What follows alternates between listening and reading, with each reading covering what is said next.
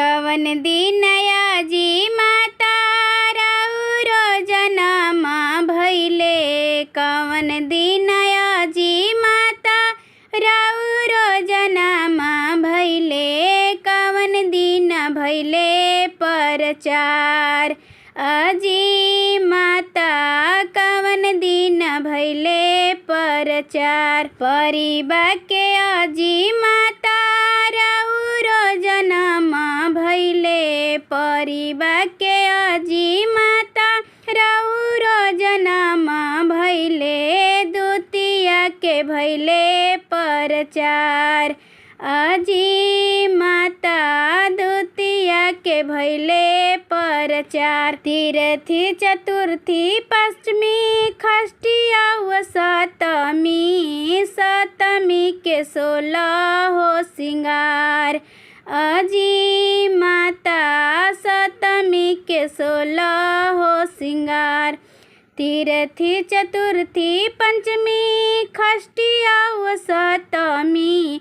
सतमी के 16 हो सिंगार अजी माता। सतमी के 16 हो सिंगार अष्टमी के अजी माता खुलू खुलू हाँसेलू। अष्टमी के अजी माता खुलू खुलू हाँसेलू। नवमी के मनावा उदास अजी माता। नवमी के मनावा उदास अजी माता। दशमी के अजी माता जालू ससुररिया।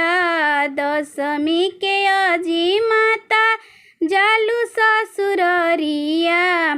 अपने जे रोलू माता सबके रोवलू।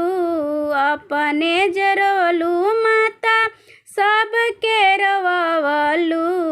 रोवले दुनिया संसार अजी माता। रोवले दुनिया संसार कवन दिन अजी माता राउरो जनम भइले। कवन दिन भइले प्रचार अजी माता। कवन दिन भइले प्रचार।